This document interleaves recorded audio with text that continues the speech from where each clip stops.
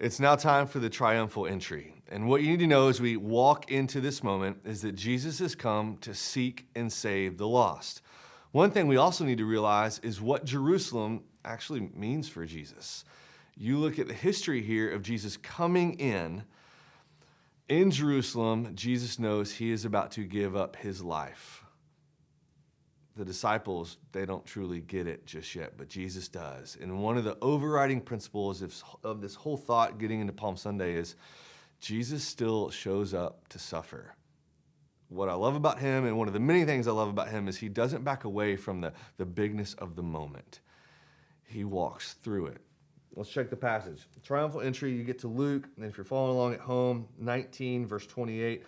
It's a pretty good chunk of scripture. We're going to walk through it as much as we can. And when he had said these things, he went on ahead, going up to Jerusalem. Okay? When he drew near to Bethpage and Bethany at the mount that is called Olivet, he sent two of the disciples ahead, saying, "Go into the village in front of you, where upon entering you will find a colt tied, on which no one has ever sat yet. Untie it and bring it here. If anyone asks you, 'Why are you untying it?'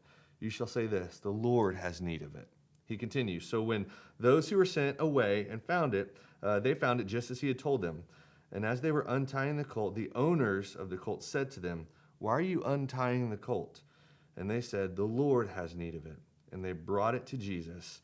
Throwing their cloaks on the colt, they sat Jesus on it, and they rode along, and they spread their cloaks or their coats on the road. And as he was drawing near, already on the way to the Mount of Olives, the whole multitude of his disciples began to really, guys, just worship in this moment, saying, 'Blessed is the King who comes in the name of the Lord. Peace in heaven and glory in the highest.' And some of the Pharisees in the crowd said to him, 'Teacher, rebuke your disciples.'" In other words, tell them to stop worshiping. And Jesus says, "I tell you, if these were silent, the very stones would cry out." Now, you got to get this moment. You've got the colt, you've got coats, and you've got commotion.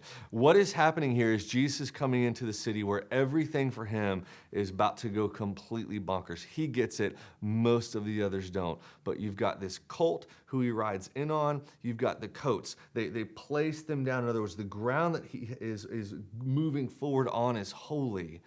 And then you've got this great commotion. Some are pumped about it, and the Pharisees are not. They don't believe he's king. In fact, they're going to do everything they can to prevent any sort of kingship for Jesus. But we know the Father's plans are for kingship, and they have no way of thwarting those plans. One of the best chunks of this passage falls at the end when you get to verse 41. It says, "When he drew near and saw the city," in other words, Jerusalem, it says Jesus wept over it. He wept over it. One of the things that Jesus knew is the city eventually would be destroyed because of Israel's unfaithfulness to him. Yet, Jesus still showed up to suffer. He still came to the city.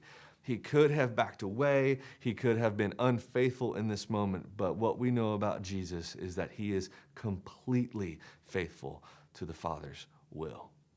We know what Jerusalem means for Jesus on this end.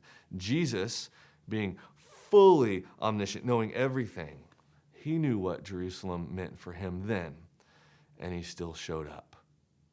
He showed up to suffer. He's king. The Pharisees couldn't stop it. The Lord's will always come to fruition. Students, in this moment, as you walk through this week of Palm Sunday, what I want you to know is it's okay to sit in almost the hurt of this moment, of knowing what Jerusalem means for Jesus. Understanding that even though it was full of pain and torture, he still did it. He still went to the cross, set his face towards Jerusalem for you and for me. Thank you, Jesus. Have a great week. Don't be afraid to sit in the beauty and also the pain of this text as we walk through this week and as we approach Easter. It's coming. Have a great day.